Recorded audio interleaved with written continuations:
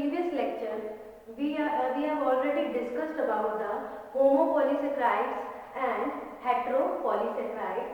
In homopolysaccharide, we have already covered the examples such as starch, cellulose, and glycogen. इसकी detailed study we have already discussed in the previous lecture.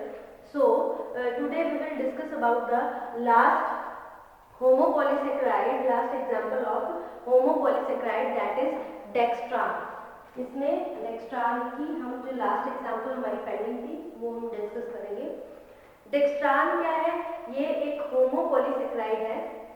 होमोपॉलीसेक्राइड, इसमें जो dextran की structure होती है वो structure highly branched polymer होता है glucose का।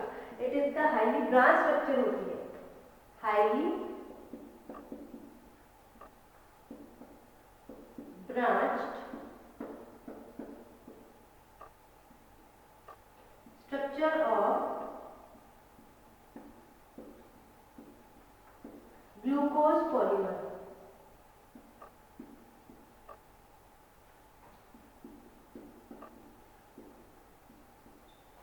हाईली ब्रांच स्ट्रक्चर होता है। इसका जो मॉलिक्यूलर वेट है वो नियर अबाउट 50,000 तक होता है और इसको सिंथेसाइज किया जाता है कुछ बैक्टीरिया की हेल्प से। सिंथेसाइज किया जाता है, जैसे हम स्टार्च था जो कि स्टार्च, सेलुलोज जो कि एनिमल और प्लांट में एज ए स्टोरेज कार्बोहाइड्रेट की फॉर्म में स्टोरेज होती थी, लेकिन ये जो डेक्स्ट्रान होता है इसको सिंथेसाइज किया जाता है with the help of bacteria. अब इसमें जो स्ट्रक्चर होता है इसमें लीनियर स्ट्रक्चर भी होता है एंड ब्रांच स्ट्रक्चर भी प्रेजेंट होता है। अगर इसमें लीनियर स्ट्रक्चर होता है तो इसमें लिंकेज कैसी होगी? फॉर लीनियर स्ट्रक्चर, इसी का ले लेते हैं हम, लीनियर स्ट्रक्चर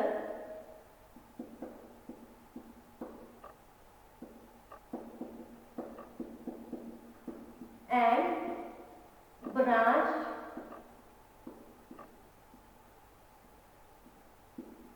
स्ट्रक्चर।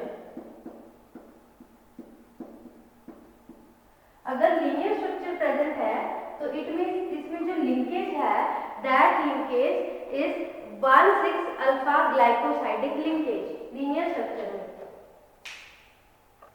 स्ट्रक्चर में लिंकेज इसकी क्या होगी? 1,6 अल्फा ग्लाइकोसाइडिक लिंकेज। और जो ब्रांच स्ट्रक्चर है, ब्रांच स्ट्रक्चर में इसमें जो लिंकेज होती है that is 1,4 alpha glycosidic linkage. 1,4 alpha glycosidic linkage.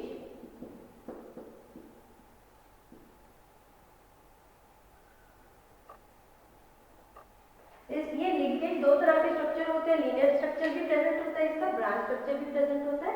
इनकी अलग अलग लिंकेज होती है। इट मींस जो इसमें ग्लूकोज होते हैं ना, दैट ग्लूकोज, जो फर्स्ट ग्लूकोज है उसका C1 किसके साथ लिंक करता है?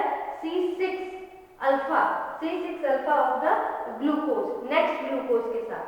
और जो ब्रांच स्ट्रक्चर होता है उसमें जो C1 है, कार्बन 1, वो fourth carbon of the next glucose के साथ लिंकेज करता है। और इसी तरह से ये इसकी रिपीटेड यूनिट्स आगे की आगे लिंक करती रहती है, फर्स्ट फोर्थ के साथ, फिर फर्स्ट फोर्थ के साथ आगे की आगे रिपीटेड यूनिट्स होती हैं। क्योंकि आपको पता है पॉलीसेक्राइड्स में more than 10 monosaccharides units present होती है। इसकी एक प्रॉपर्टी है कि ये वाटर को एब्जॉर्ब कर लेता है and after the absorption of water it will form viscous colloidal solution. ये एक विस्कस कोलाइडल सॉल्यूशन बनाता है and it is not metabolised by the tissue में मेटाबॉलिज्म नहीं होता इसका, क्योंकि ये सिंथेसाइज भी किससे होता है? बैक्टीरिया से इसको सिंथेसाइज किया जाता है। एंड इसमें एक ऐसी प्रॉपर्टी होती है, ये मेटाबोलाइज तो नहीं होता, इसमें जब इसको एडमिनिस्टर किया जाता है इंट्रावीनस इसको एडमिनिस्ट्रेशन की जाती है तो ये क्या होता है? रिटेन कर लेता है वाटर को।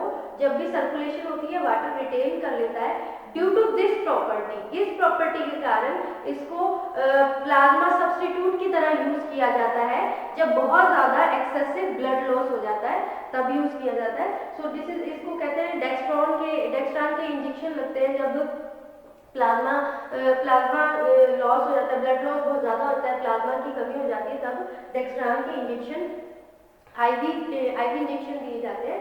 तो इसीलिए इसमें क्या करता है, ये मोस्टली जितना भी जो जब इसको आईवी इंजेक्ट किया जाता है, वाटर जितना भी है उसको रिटेन कर लेता है ड्यूरिंग द सर्कुलेशन। उस प्रॉपर्टी के कारण ये प्लाज्मा सब्स्टिट्यूट की तरह यूज किया जाता है।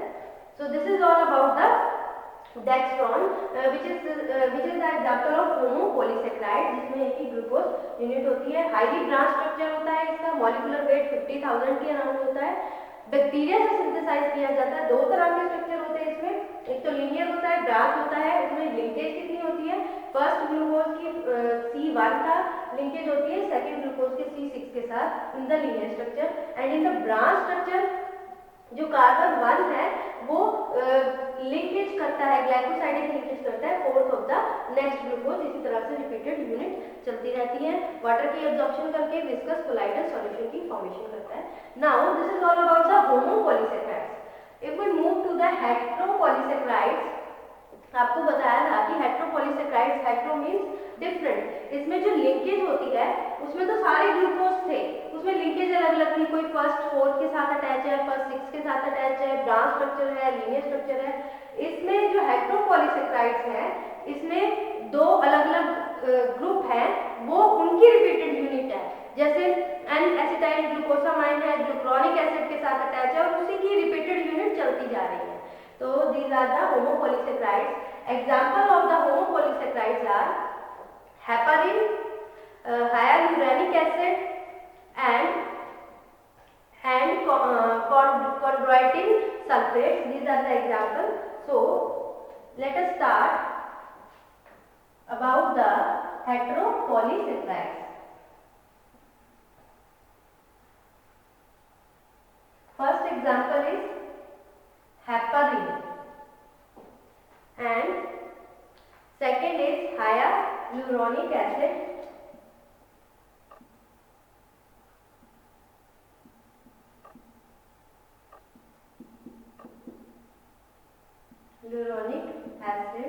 and next is that is chondroitin sulfates.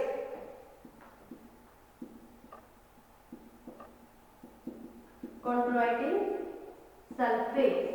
So these are the examples of heteropolysaccharides.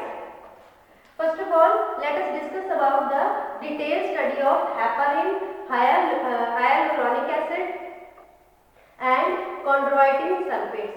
First of all, we will discuss about the heparin. First one is heparin.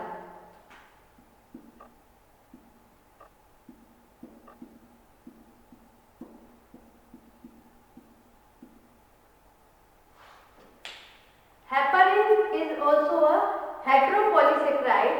इन हेटेरोपॉलीसैकेराइड्स को, जो हेटेरोपॉलीसैकेराइड्स है उनको म्यूकोपॉलीसैकेराइड्स भी कहा जाता है। और ये जो हेपारिन है, ये मोस्टली क्या करता है, नेचुरली अकरिंग एंटीकोगुलेंट है। हेपारिन क्या है, नेचुरली अकरिंग एंटीकोगुलेंट है, जो क्या करता है, एसिडिक म्यूकोपॉलीसैकेराइड है, एसिडिक म्यूकोपॉलीसैकेराइड है which is produced by the mast cell. इसमें कौन प्रोड्यूस करता है इसको, मास्ट सेल प्रोड्यूस करता है। तो हेपारिन इज द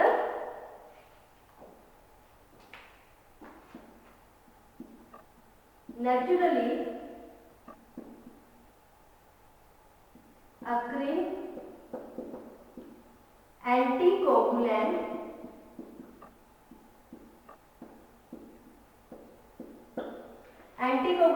जो कोगुलेशन नहीं होने देता। नाउ हेपारिन एसिडिक म्यूकोपॉलीसैकेराइड है। जो हेटेरोपॉलीसैकेराइड होते हैं ना, ये मोस्टली म्यूकोपॉलीसैकेराइड्स होते हैं। म्यूकोपॉलीसैकेराइड वो होते हैं जो क्या हेक्सोसामाइन कंटेन करते हैं, और हेक्सोसामाइन क्या है, एक तरह की अमीनो शुगर है, एंड यूरोनिक एसिड होता है इसमें। अब वो हेक्सोसामाइन ग्लूकोसामाइन गैलेक्टोसामाइन भी हो सकता है। जो हेक्सोसामाइन है दैट इज अमाइनो शुगर, इसको अमीनो शुगर कहते हैं, और यूरोनिक एसिड उसका कॉम्बिनेशन होता है। हम हेपारिन के बारे में पढ़ रहे थे। हेपारिन में नेचुरली अकरिंग एंटीकोगुलेंट है, एसिडिक म्यूकोपॉलीसेकेराइड। इसकी जो नेचर है वो कैसी होती है, एसिडिक, एसिडिक इन नेचर। एक तरह से इसकी प्रॉपर्टी है कि ये एसिडिक है, और ये कैसे प्रोड्यूस किया जाता है, by the mast cell. Mast cell को लिवर में भी हो सकते हैं, लंग्स में हो सकते हैं, स्प्लीन्स में, and cell of the large arteries में भी प्रेजेंट होते हैं। तो इसमें ये प्रेजेंट होता है। नेक्स्ट हमारा इसमें कि ये किससे बना होता है, फॉर्मेशन कैसे होती है, रिपीटिंग यूनिट्स होती है किसकी, एन सल्फेटेड ग्लूकोसामाइन की and D glucuronic acid residues की। तो इट इज फॉर्म्ड बाय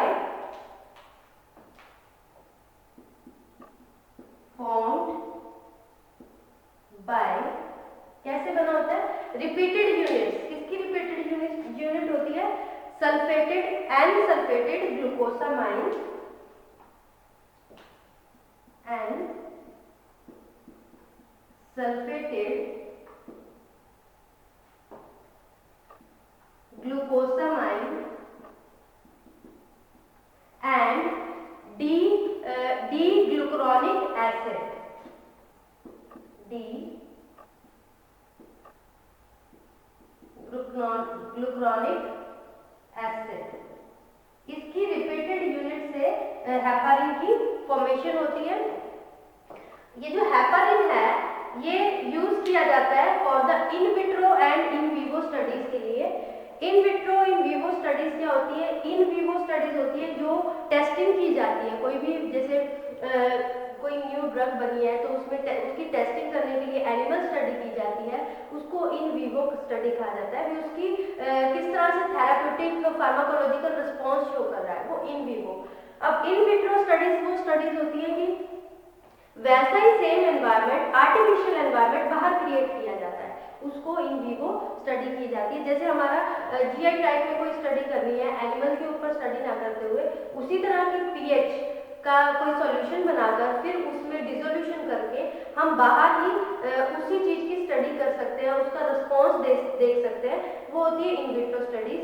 तो हेपारिन को हम इन विवो के लिए भी और इन विट्रो के लिए भी यूज कर सकते हैं।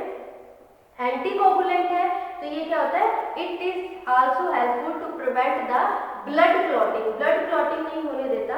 कैसे, जब प्रोथ्रोम्बिन थ्रोम्बिन में कन्वर्ट होता है तो ये उसको इनहिबिट करता है, उसको रोकता है, उसको थ्रोम्बिन में कन्वर्ट नहीं होने देता। ये क्या करता है, प्रिवेंट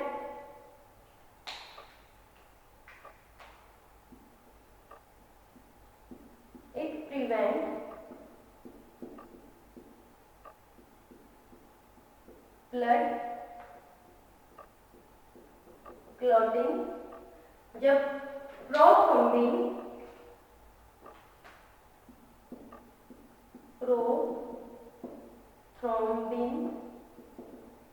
को हम कन्वर्ट करते हैं, कन्वर्ट होता है थ्रोम्बिन में, तो उसकी कन्वर्जन को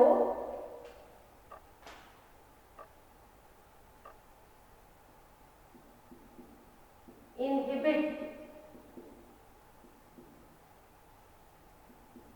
the conversion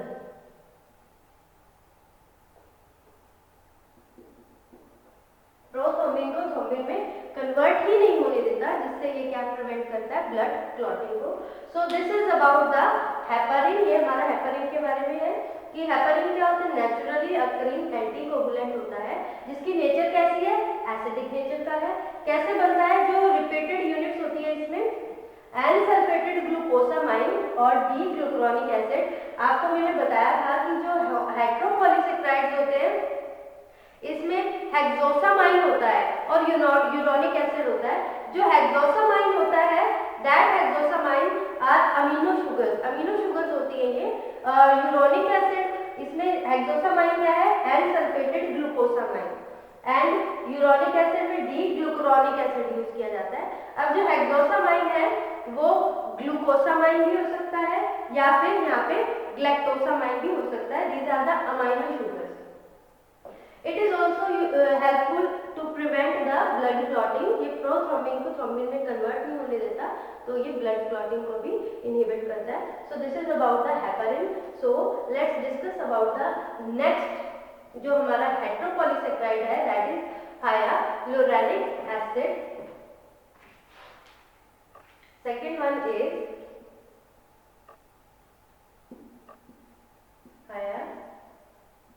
हायालुरोनिक acid. This is also heteropolysaccharide, or you can say that mucopolysaccharide. So hyaluronic acid क्या है? ये भी एक तरह का mucopolysaccharide है जो कहाँ पे प्रेजेंट होता है? कनेक्टिव टिश्यू में, कार्टिलेज में, साइनोवियल फ्लूइड में प्रेजेंट होता है। तो it is found in the connective tissue, cartilages and synovial fluids. और इसका जो स्ट्रक्चर होता है ये कैसा होता है? ये जेली लाइक होता है। अब जेली लाइक इसकी कंसिस्टेंसी होने के कारण ये लुब्रिकेंट की तरह यूज होता है। It is used as a lubricant. अब हम बात करें इसकी फॉर्मेशन की कि ये कैसे बनता है, कौन सी रिपीटेड यूनिट होती है, कौन सा हेक्सोसामाइन है इसमें, कौन सी यूरोनिक एसिड इसमें इंक्लूड है। तो it is formed by the repeated unit of N acetyl glucosamine. It is formed by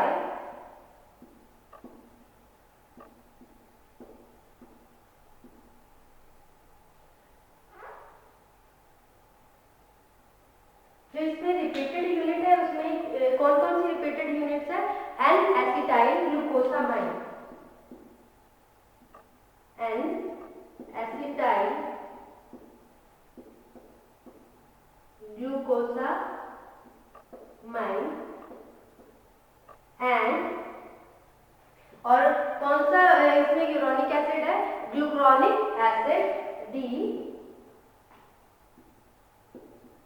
ग्लूकुरोनिक acid. इसकी रिपीटेड यूनिट्स हैं, repeated units.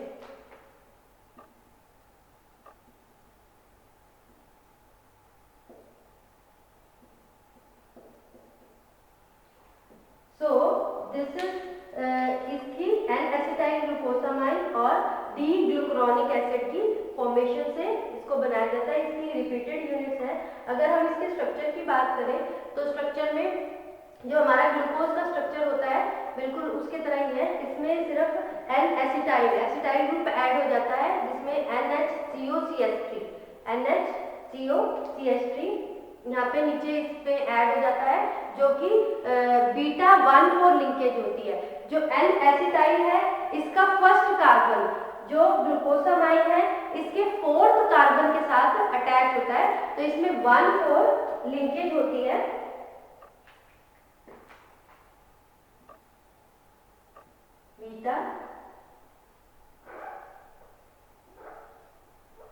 Beta 1,4 glycosidic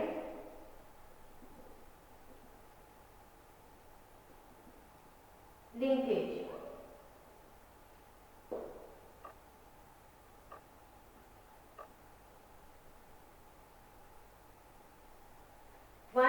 N acetyl का जो फर्स्ट कार्बन है वो 4th carbon of the glucuronic acid के साथ attach होता है। So this is about the hyaluronic acid.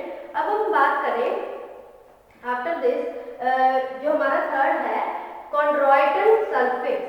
कॉन्ड्रोइटन sulphates ये भी एक तरह का म्यूकोपॉलीसेक्राइड्स है। आप इसको हेट्रोपॉलीसेक्राइड म्यूकोपॉलीसेक्राइड्स एक ही बात है। जो कॉन्ड्रोइटन सल्फेट्स है ये कहाँ पे प्रेजेंट होता है? इन द कार्टिलेजेस, टेंडन्स में प्रेजेंट होता है। टेंडन्स क्या होता है? जो मसल को बोन के साथ अटैच करती है उसको कहते हैं। अब इसमें जो कॉन्ड्रोइटन सल्फेट्स हैं ये आगे 3 कैटेगरी के हैं। कॉन्ड्रोइटन सल्फेट ए,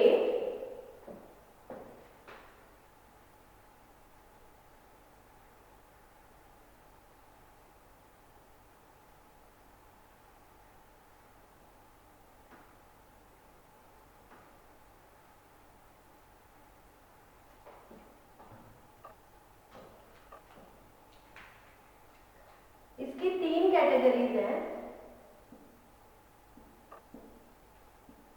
एक तो chondroitin sulphate A,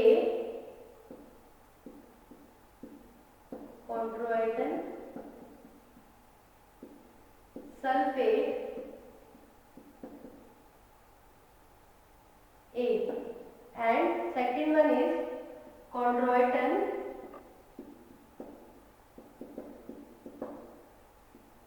sulfate B, and third one is chondroitin sulfate C। तीन कैटेगरी है इसकी, तीन क्लासेस हैं। जो इसकी टाइप्स हैं तीन तरह की होती है। जो कॉन्ड्रॉइटिन सल्फेट ए है ये मोस्टली बोन्स और कार्टिलेजेस में प्रेजेंट होता है, एंड कॉन्ड्रॉइटिन सल्फेट बी है use for the skin, and chondroitin sulphate C use for the tendons. तो ये तीन इस तरह की कैटेगरी है, ये कार्टिलेजेस और टेंडन्स में प्रेजेंट होता है।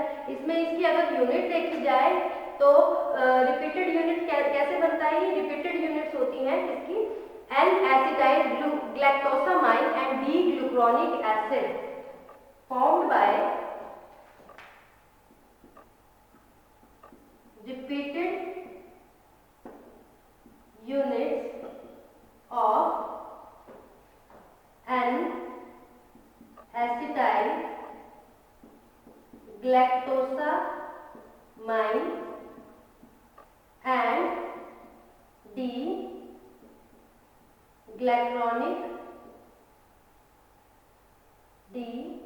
glucuronic acid. इनकी रिपीटेड यूनिट होती है एन ग्लैक्टोसामाइन की और डी ग्लूकुरोनिक एसिड की, ये रिपीटेड यूनिट से बनता है। So this is all about the mucopolysaccharides और हेट्रोपॉलीसेक्राइड्स। हमने आज जो कवर किया है हेट्रोपॉलीसेक्राइड, जो होमोपॉलीसेक्राइड था उसमें डेक्स्ट्रान कवर किया है। डेक्स्ट्रान में हमने ये पढ़ा था कि वो हाईली ब्रांच स्ट्रक्चर है, मॉलिक्यूलर वेट उसका पढ़ा था, कैसे सिंथेसाइज किया जाता है और बहुत ही वाटर को अब्जॉर्ब करके विस्कस कोलाइडल सॉल्यूशन बनाता है एंड मेटाबोलाइज्ड नहीं होता वो टिश्यू में और वो प्लाज्मा सब्स्टिट्यूट की तरह यूज किया जाता है। उसके बाद हमने डिस्कस किया हेट्रोपॉलीसेक्राइड के बारे में। हेट्रोपॉलीसेक्राइड्स क्या होते हैं, इसको म्यूकोपॉलीसेक्राइड्स भी कहा जाता है।